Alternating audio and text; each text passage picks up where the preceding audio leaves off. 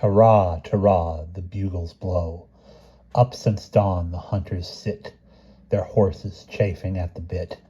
The borzoi tug the leash to go, the master sallies out, surveys the company.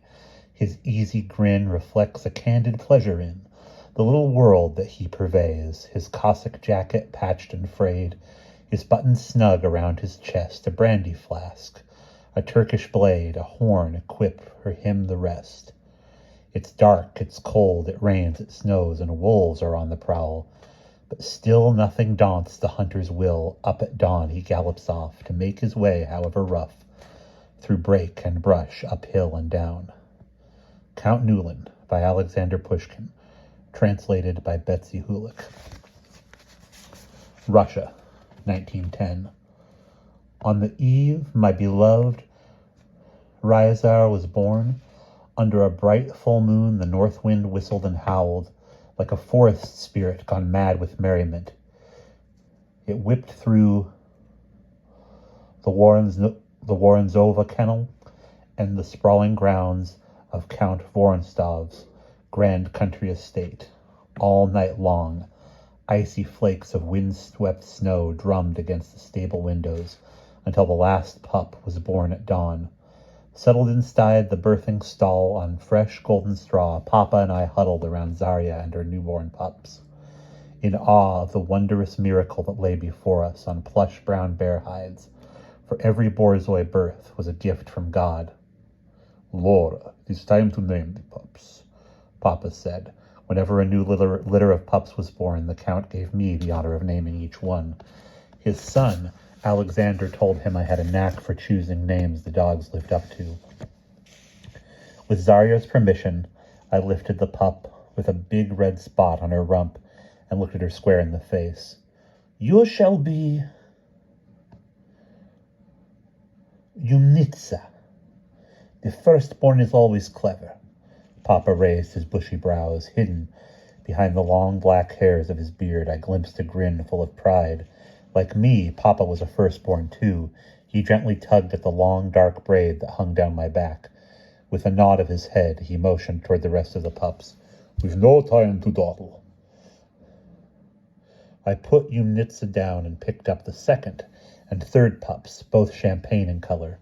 They had come out with such force and such quickness. "Your names will be easy," I told them. "You, little girl, will be called Sila for your strength, and you, sweet boy, will be Bistri for your speed." As I returned them to their mother, Papa interceded and took Bistri from my hands, turning him from front to back and front again. Then Papa ran his finger along Bistri's spine and grinned from ear to ear. "The Count will be pleased with this pup." Like Papa, I too ran my finger along Bistri's spine. "But Tayatia, I don't feel anything different." "Be patient, Lara. You're only 10. You've got plenty of time to learn the art of breeding fine borzoi, so long as your mama doesn't give me a son in the meantime." Papa's voice trailed off with a sigh. There was little chance of Mama giving Papa a son. She couldn't carry a baby longer than a few months. All of them had been taken away from us before we could even swaddle them. I put Bistri down and picked up the fourth pup. As gold as the straw she lay on, she squiggled so much her tiny nails scratched me. "Such a sweet little thorn, you shall be called Zenoze." Papa eyed the little marks on my hands. "That name suits her well." The fifth pup, of cream color, looked like he would grow up to be as fast as the north wind. "I will call you Bori."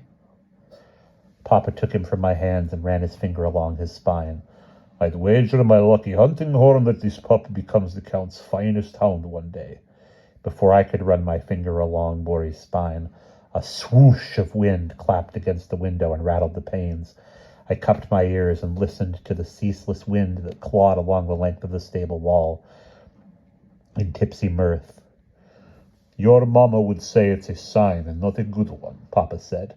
He shrugged his shoulders and gave me a look, the one that said I could pick another name for the pup. He didn't believe in superstitions, and because of it, nor would I. "Bori's a perfect name for a top dog," I said with confidence. Papa patted my head like he would with one of the dogs. That's my girl. So pleased was I with Papa's praise. Had I been born a dog, my tail would be wagging. The sixth pup was the tiniest pup I ever did see, and his coat was as white as snow. You shall be Riza, my knight of knights. I scooped him up and cradled him in my hands. Just as I nuzzled him to my neck, Papa grabbed him from me. Don't bother giving him a name, Papa said. He'll need to be called. But he is the only white pup in the litter. It was the color His Majesty, Tsar Nicholas, the ruler of all Russia, favored most of all. I was certain Ryzdar would be prized more than the other pups, even if he was small. Zarya doesn't produce much milk, you know that, Papa said. White pup or not, with the runt gone, the other 5 will have a better chance. Zarya's limited supply of milk was her only failing as a mother. Tayatya, нет! Enough! Papa's ruddy cheeks reddened a shade darker. You know what must be done. I did know, but knowing did not mean I agreed. As much as I dreamed of one day walking in Papa's boots to breed Borzoi worthy of His Majesty Tsar Nicholas, I shunned culling my pup. But what I thought didn't matter. Papa was the Count's kennel steward, not I. Let me hold Ryzer one last time, I brayed, for I knew what awaited the pup. A drowning in a deep bed of snow. You're only making it harder on yourself, Papa griped. On tiptoes, I reached up for the pup with outstretched arms, and a twinge of a headache pulsed across my forehead. Please, dear Tayata, just one last time. All right, Papa said. With a grumpy frown, Papa handed Ryzgar back to me. I smothered his soft little rump with kisses and coddled him against my cheek. If only given a chance, this pudgy white ball of skin with knobbly legs and a squished-in face might grow into a sleek, silky-coated Borzoi with long, graceful legs and an elegant muzzle to match. As I rubbed noses with Ryzar and took in the sweet smell of puppy breath, I counted my blessings that I had been born into a long line of kennel stewards and not into a family that harvested crops. For the Borzoi wasn't just any dog.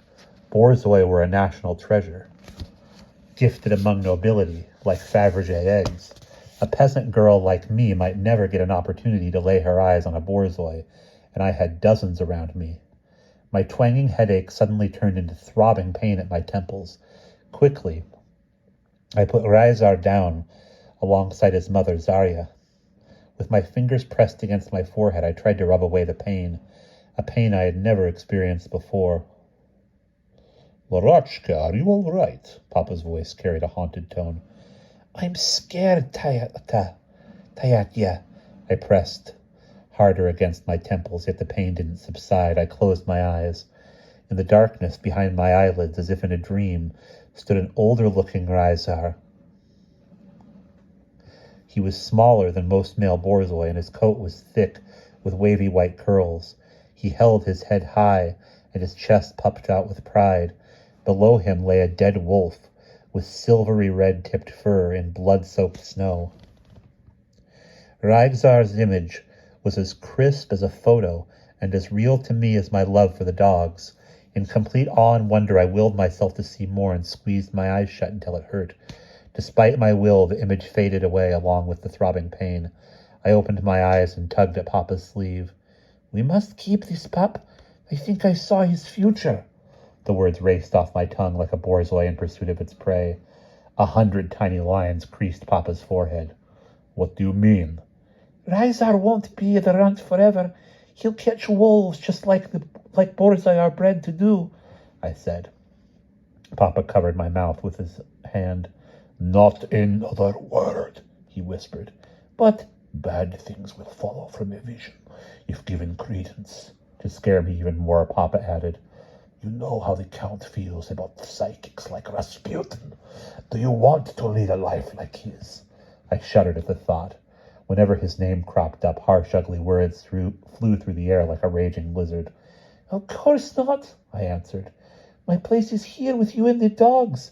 Then speak of this to no one, Papa said, not even to Alexander. Why, Tayatia? I don't understand. I shared everything about the dogs with Alexander. Nobody loved them more than we did. Papa's ruddy cheeks paled, and that scared me. Nothing ever shook his nerves. Promise me. Just then, Mama entered the birthing room, carrying our morning basket of black bread. With her black eyebrows thick like a sable's tail, almond-shaped amber eyes, and pitch-dark plaited hair, I resembled Mama more than I did Papa. Unlike the stable clothing I wore, she was dressed in reds and golds, and always looked like an iconic angel whenever she lighted the prayer candles in the chapel. No doubt for a second child. Promise what? Mama looked from me to Papa. Evil courses through Laura's veins, Papa whispered. Mama's eyes filled with worry. She knelt down beside me and placed the back of her hand on my forehead. There's no fever, she said with relief in her voice. What kind of evil do you speak of? Laura had a vision, Papa answered, as if that one word would explain it all to Mama.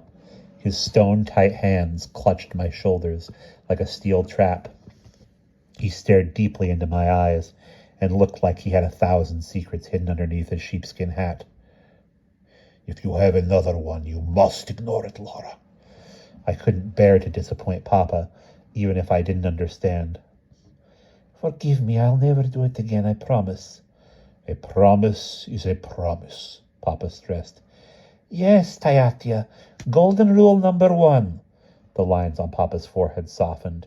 To be a great kennel steward, you must live by your word, as well as by the rules that govern us. When the rules make sense, dear husband. Mama and Papa exchanged looks that puzzled me. I didn't dare interrupt. Visions, whatever they might bring, are a gift from God, a gift we must embrace, Mama folded her arms. Don't you go filling our daughter's head with your nonsense. Papa shook his head.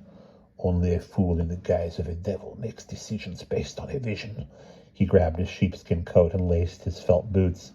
I don't have time to bicker. I've got to ring the stable bells to announce the birth. Papa snatched Ryazar from his litter mates by the scruff of his neck, dropped him into an empty sack, and tied it shut with some hemp. Tayatia, let me care for the little white pup, I proposed. You'll be awake all night for weeks until he's big enough to eat on his own, Papa said, assuming he makes it past the first few days. There's nothing wrong with him, I insisted. He's small, that's all. I don't have extra kopecks to bottle feed every runt, Papa barked. I'll take on more kennel chores to earn his keep. Splendid, Papa said, crossing his arms. Like you have time to spare. You already spend every waking moment working in the kennel. Please, I begged. Mama placed her hand on Papa's shoulder. What harm is there in letting Lara try, dear husband? If the runt is not meant to live, as you say, surely he will die regardless of her efforts. Give her the chance to learn this for herself. Papa twisted the long black hairs of his beard, just as he always did when he struggled with a decision.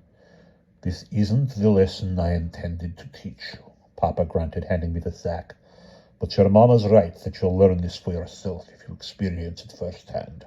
Your runt can have one final feeding with Zarya, and then his fate falls on you. Spasibo! I thought I'd jump out of myself. I was so thankful. Don't come crying to me when the pup drops dead. Culling him now would save us all a lot of trouble, Papa said. I unfastened the hemp and freed Ryazar as quickly as a dog licks his bowl clean. I wrapped my hands around him, brought him to my lips, and kissed his little face. And then I hurried him back to the warmth of his litter and placed him on one of Zarya's nipples. Drink up, little boy.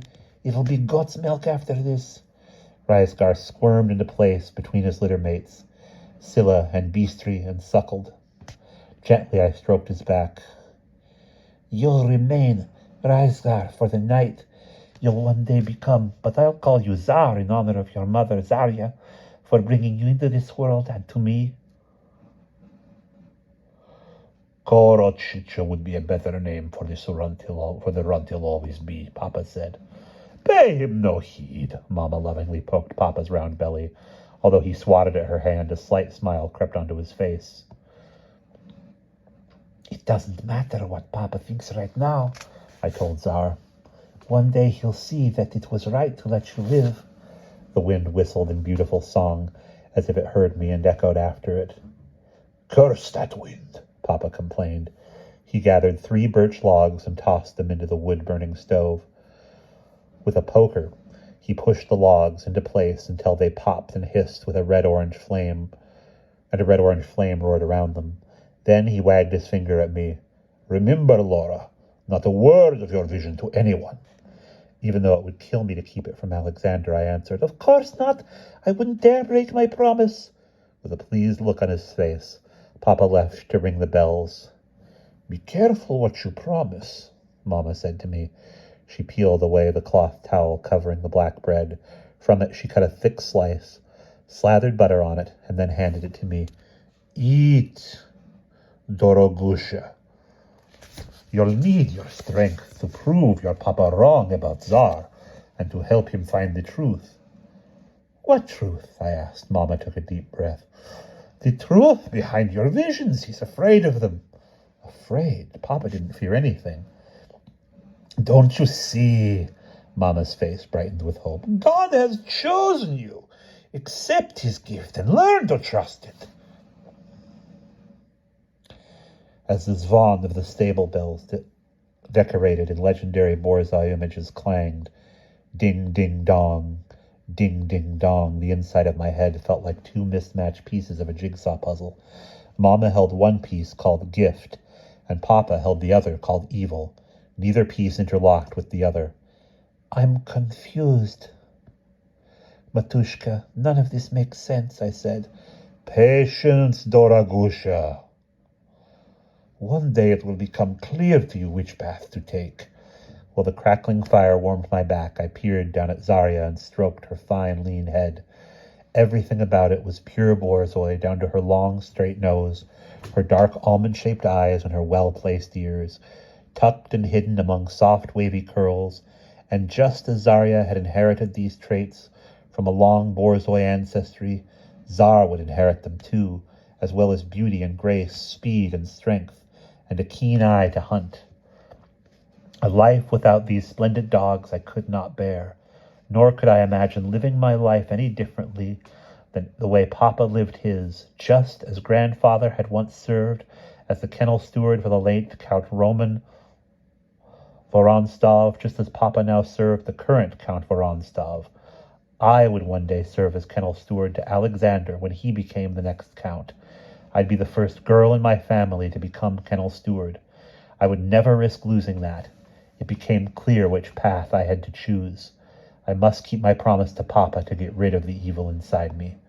Suddenly the wind died down and the tug-of-war battle in my head ended. It became eerily quiet, as if God had heard me. Mama placed her hand on my shoulder. It's a sign, Laroshka. I pushed that notion away. I couldn't let myself get sucked in by Mama's silly signs. And that is the end of the introduction.